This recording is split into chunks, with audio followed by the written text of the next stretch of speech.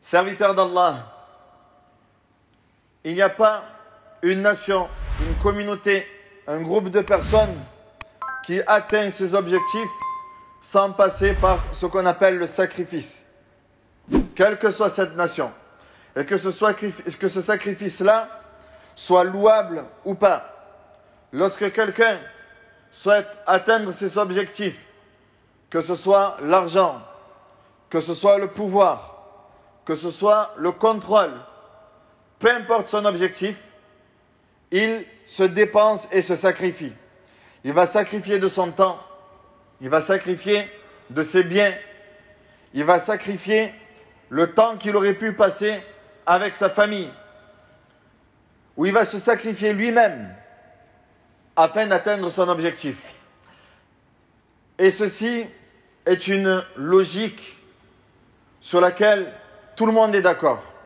Et même les prophètes et messagers, lorsque ils ont été envoyés vers l'humanité pour transmettre la parole d'Allah, ils ont dépensé tout ce qu'ils avaient en leur pouvoir, tout ce qu'ils avaient entre leurs mains, toute leur force, leurs biens, leur temps, leur famille. Ils sont séparés. Certains d'entre eux ont dû se séparer de leurs épouses, de leurs enfants. Mais en attendant, lorsque Allah Azza wa Jalla leur a confié une mission, ils ont fourni tous les efforts possibles pour mener cette mission à bien. Voilà donc ce qu'est le sacrifice fi sabilillah. Le sacrifice fi sabilillah, c'est-à-dire que si nous, musulmans, on souhaite atteindre ou être à la hauteur des valeurs qu'Allah Azza wa Jalla attend de nous, comme on dit, il n'y a rien sans rien. Il n'y a rien sans rien. On souhaite que les choses aillent mieux pour les musulmans, mais si on reste passif à se déresponsabiliser et à attendre que les gens agissent pour nous, on pourra attendre longtemps. Et dans cette khutbah, Inch'Allah, on va voir quelques exemples des Sahaba. Pourquoi Allah Azza wa Jal a dit dans le Coran radiyallahu anhum? Pourquoi Allah Azza wa Jal est satisfait d'eux? Comment ont-ils agi? Comment étaient-ils? Pourquoi on dit que les Sahaba sont les meilleurs des hommes? Vous pensez qu'ils se sont levés un matin, ils se sont réveillés et ils étaient les meilleurs des hommes comme ça? On va prendre le cas mathalan de Abu Huraira. Abu Huraira, le compagnon du prophète alayhi salatu wassalam.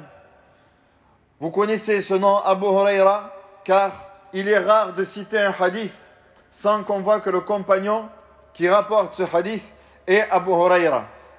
Pourtant Abu Huraira n'a vécu que 3 ans avec le prophète alayhi salatu wassalam. C'est-à-dire comparé à Abu Bakr as-Siddiq et Omar radiyallahu anhum, qui eux sont parmi les premiers croyants, surtout Abu Bakr as-Siddiq, mais Abu Huraira est le compagnon qui a transmis le plus de hadiths. Pourtant, il n'a vécu que 3 ans avec le prophète alayhi salatu wassalam. Comment ça se fait?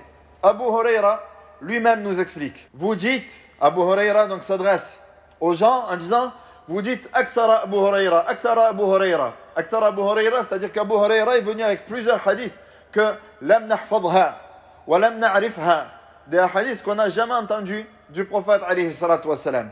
Et il explique la raison. Pendant que nos frères parmi les Ansar étaient dans le basatin, dans le mazari', c'est-à-dire dans l'agriculture, en train de cultiver, Abu Huraira kana yalzam al-nabi alayhi salatu wassalam. Abu Huraira, lui, était avec le prophète. Et pendant que nos frères muhajirin étaient, on ne va pas dire distraits, mais occupés par leur commerce, par la négoce, Abu Huraira était avec le prophète alayhi salatu wassalam à ce moment-là. Ala shib'i batnihi, avec un ventre vide. Et il disait, Abu Huraira, que des fois il avait tellement faim qu'il se roulait au sol. Il se roulait au sol et les gens pensaient qu'il était majnoun. Certains venaient, mettaient le genou sur le cou d'Abu Huraira, il faisait ruqya. Mais il disait non, je ne suis pas fou, c'est la faim qui me pousse à agir ainsi. Il a sacrifié donc le confort, il a sacrifié son temps pour qu'aujourd'hui, ce n'était pas son intention, mais si Abu Huraira aujourd'hui est devenu Abu Huraira, c'est parce qu'il est passé par là. Il est passé par ce sacrifice-là. Jabir ibn Abdillah, radiyallahu anhu, a entendu un hadith, a entendu qu'un compagnon connaissait un hadith sur les ablutions, alors que Jabir se trouvait à Médine et ce compagnon se trouvait au Sham. Sham, c'est-à-dire donc la région aujourd'hui de Syrie, Liban, la Palestine. Donc il était là-bas. Et il se dit, un compagnon connaît un hadith que je ne connais pas, et il a voyagé 1 mois dans le but d'apprendre un seul hadith. Donc talab al-ilm, ya ibadallah, talab al-ilm, l'apprentissage des sciences religieuses, ou peu importe, ça passe par le sacrifice du temps, ça passe par le sacrifice de sortir de sa zone de confort. Il faut que tu sortes de ta zone de confort. Il n'y a rien sans rien. Es-tu prêt, toi, à apprendre le Coran, et tu penses que le Coran, tu vas l'apprendre en ne faisant rien? Tu veux que les choses changent sans rien faire? Abu Huraira, il voulait transmettre le plus de hadiths du prophète, donc il a fait des sacrifices. Si toi, maintenant, tu veux avoir une meilleure pratique dans ta religion, ça passe par des sacrifices. Donc, regarde ce que tu dois sacrifier dans ta vie au quotidien. Quand on parle du sacrifice, il y a le sacrifice de sa personne. Ça veut dire quoi? Le fait de mettre sa personne au service des autres. Que toi, Allah Azza wa Jal, il t'a donné un certain rang et que ce rang-là, tu le mets au service des autres. Le prophète nous dit « Ahabbun nasi ilallah anfa'uhum » le prophète nous dit « Les hommes les plus aimés d'Allah Azza wa Jal sont les plus utiles. » Les hommes les plus aimés ou les personnes les plus aimées d'Allah Azza wa Jal sont les plus utiles pour la communauté. Wa ahabbul a'mal ila Allah sururun tudkhiluhu ala muslim. Alors que les meilleures des œuvres auprès d'Allah Azza wa Jal, c'est quoi? Sururun, une joie que tu fais rentrer dans le cœur du croyant. Aw takshifa anhu kurbah, ou alors que tu le décharges d'un fardeau. Aw tatrudu anhu ju'an, ou alors que tu repousses la faim de lui. Aw taqdi anhu daynan, ou alors que tu lui payes une dette. وَلِأَنْ أَمْشِيَ مَعَ أَخٍ لِي. Écoute ce que nous dit le prophète alayhi salatu wassalam. وَلِأَنْ أَمْشِيَ مَعَ أَخٍ لِي في حاجة أحب إلي من أن أعتكف في هذا المسجد أي مسجد النبوي شهرا كاملا. Le prophète alayhi salatu wassalam nous dit, restez avec mon frère qui est dans le besoin. Si je sais que l'un de mes frères est dans le besoin, ça m'est préférable de l'aider plutôt que de rester dans la mosquée de Médine, et on connaît la récompense de la mosquée de Médine, plutôt que de rester dans la mosquée de Médine 1 mois complet à prier. Prier des prières surrogatoires, bien sûr. On sait la récompense qu'il y a à prier, à rester 1 mois dans une mosquée. Mais lorsque toi, aujourd'hui, tu sacrifies de ton temps, et que tu vas participer à la distribution de repas dans les maraudes, ou alors dans les colis alimentaires, ben là, il y a plus de récompenses que de rester à la mosquée et de dire non mais je reste et je fais des nawafil. Donc le sacrifice, c'est également donner de sa personne, aider son prochain. Le prophète nous dit dans le hadith que vous connaissez, nul d'entre vous est un vrai croyant tant qu'il n'aimera pas pour son frère ce qu'il aime pour lui-même. Tant qu'il n'aimera pas pour son frère ce qu'il aime pour lui-même.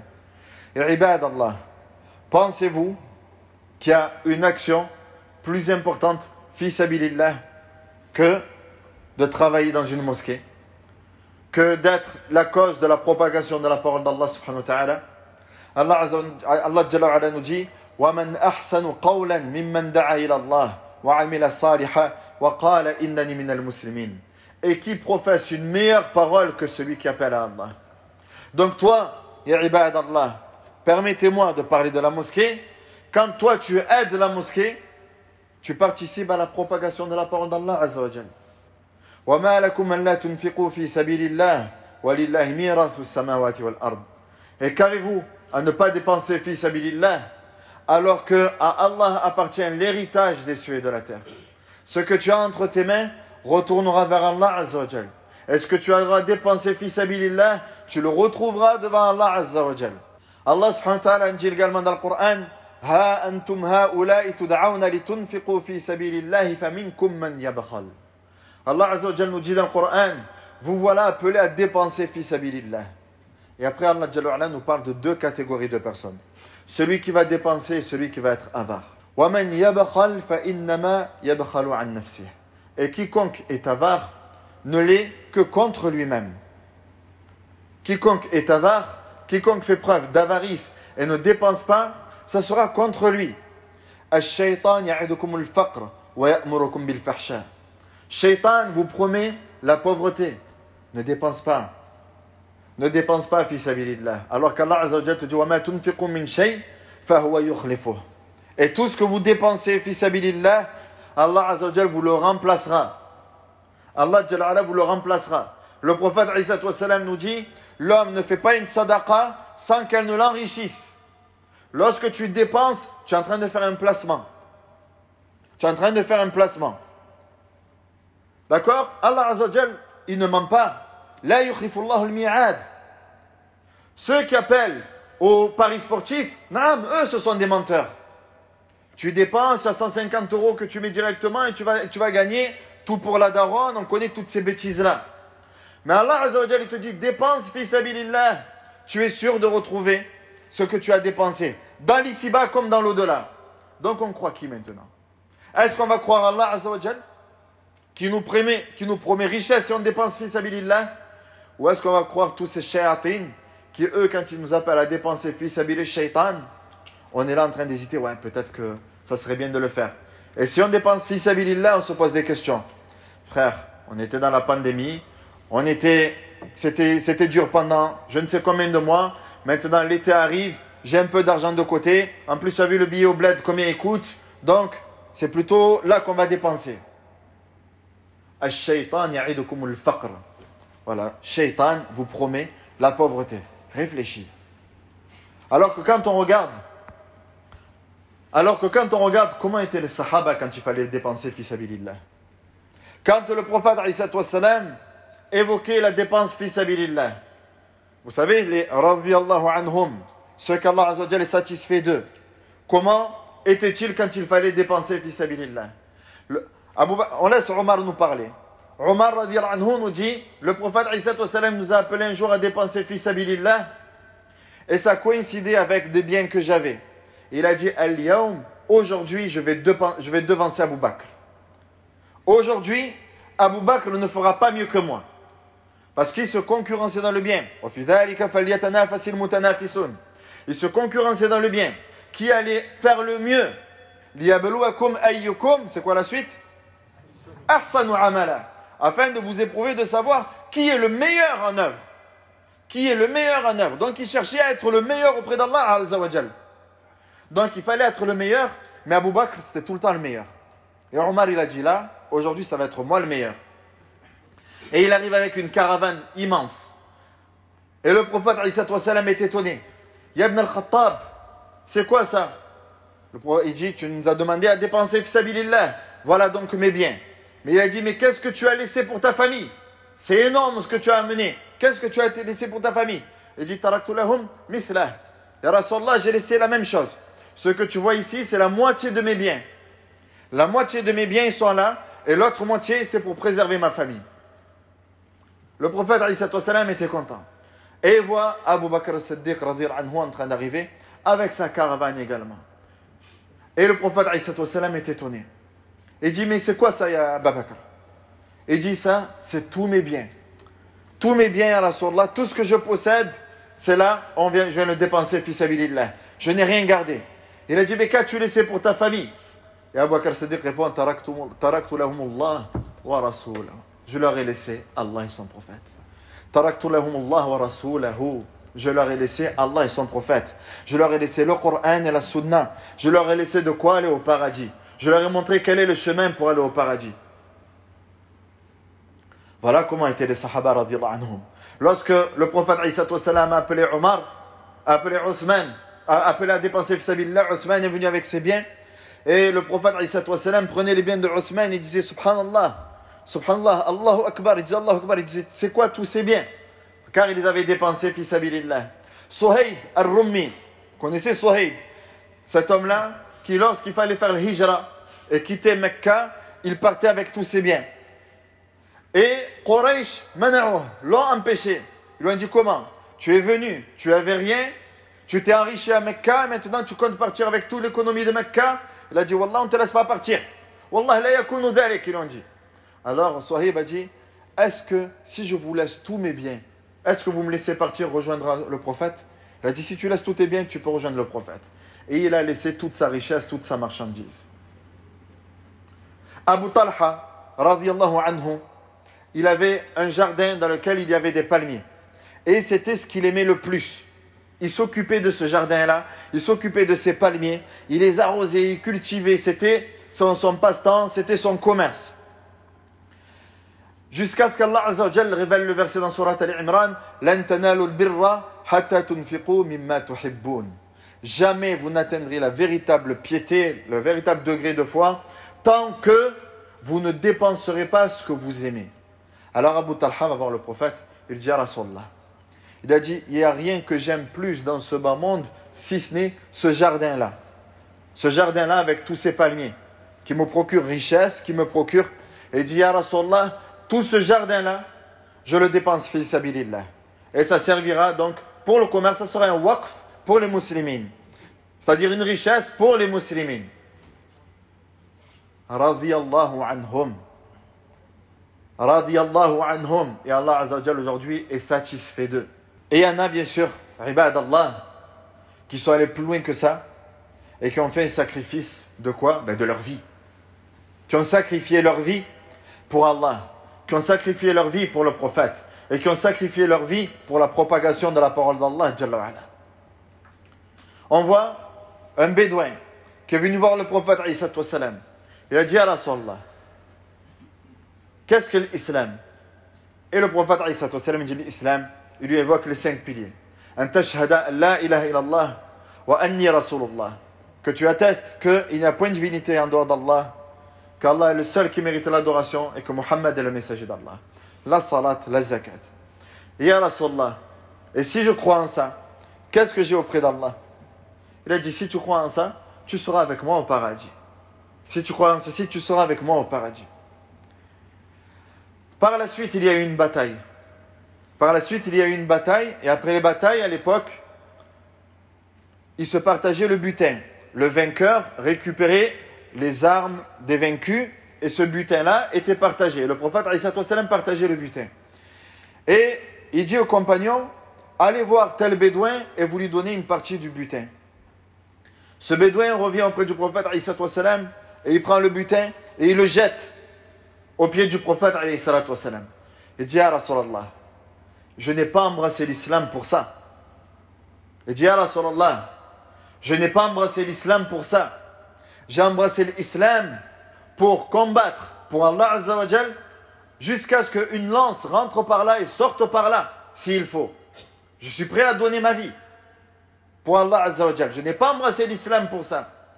Alors le prophète il dit, In tasduq ma'allah, yasduq ma'ak. Si tu es sincère avec Allah, Allah le sera avec toi. Si ce que tu dis c'est vrai, c'est ce que ton cœur pense, Allah Azza wa Jal le sera avec toi. À la bataille suivante, on le retrouve comme il souhaitait. Il a été retrouvé comme il souhaitait. Et le prophète a dit, Ya Allah, il a été véridique envers toi. Je suis témoin qu'il a combattu fi sabilillah. Donc accorde-lui ton pardon et ta miséricorde. Et c'est comme ça qu'Allah lui a pardonné. On ne connaît même pas son nom. On ne sait même pas comment il s'appelle. Mais il n'en a que faire. Il est auprès d'Allah Azza wa Jal. Il a sacrifié sa vie pour Allah Azza wa Jal. On a Anas ibn Nadr. Anas ibn Nadr, qui est l'oncle du compagnon Anas ibn Malik. Anas ibn Nadr, lors de la bataille de Uhud, lorsque il a vu que les gens sont revenus sur leur pas, vous savez, au moment où le prophète était considéré comme mort, lorsqu'ils ont quitté la vallée des archers, qu'ils ont quitté, le prophète leur a dit de ne pas bouger là. Ils ont bougé et c'est là où la balance, c'est là où donc le combat a été renversé. Et par la suite, certains parmi les croyants ont fui. Anas ibn Nadr dit, Allahumma inni a'tadhiru ilayka bima fa'ala ha'ula. Seigneur, je te demande pardon, j'implore ton pardon pour ce qu'ont fait ces gens-là. Wa inni bari bima fa'ala haula. Et je me désavoue de l'acte des polythéistes, c'est-à-dire qui ont combattu le prophète. Et ensuite, il s'est lancé au combat pour défendre le prophète Isa salam, sans même réfléchir. Et Saad ibn Mu'adh qui le voit, qui lui dit: où vas-tu, ya Anas? Il dit: Wallah, ya Saad, je suis en train de sentir l'odeur du paradis au pied de la montagne de Uhud. Et il a été tué à cet endroit-là. Et il a été tué à cet endroit-là en défendant le prophète alayhi salatu wassalam. Et c'est pour ces gens-là qu'Allah Azza wa Jalla a révélé le verset: وَلَا تَحْسَبَنَّ الَّذِينَ قُتِلُوا فِي سَبِيلِ اللَّهِ أَمْوَاتًا بَلْ أَحْيَاءٌ عِنْدَ رَبِّهِمْ يُرْزَقُونَ فَرِحِينَ بِمَا آتَاهُمُ اللَّهُ مِنْ فَضْلِهِ يَسْتَبْشِرُونَ بِالَّذِينَ لَمْ يَلْحَقُوا مِنْ خَلْفِهِمْ أَلَّا خَوْفٌ عَلَيْهِمْ وَلَا هُمْ يَحْزَنُونَ. Ne pense point que ceux qui ont été tués fi sabilillah sont morts, mais ils sont bien vivants, pourvus auprès de leur Seigneur. Farihin, et tout joyeux. Ça y est, ils ont leur récompense. Tout ça parce que c'est passé par le sacrifice, ya ibadallah. Aujourd'hui, nous, on n'en est pas à ce sacrifice-là. On n'en est pas à ce sacrifice-là. On est au sacrifice de quoi? De donner de notre temps, de donner de notre bien, de donner de notre argent, de donner de nos compétences dans les mosquées, pas dans celle-là, dans les mosquées, dans les maisons d'Allah Azza wa Jal, et de se dire à quoi je sers. Mes compétences, je les mets comment pour la mosquée. من المؤمنين رجال صدقوا ما عاهدوا الله عليه فمنهم من قضى نحبه ومنهم من ينتظر وما بدلوا تبديلا.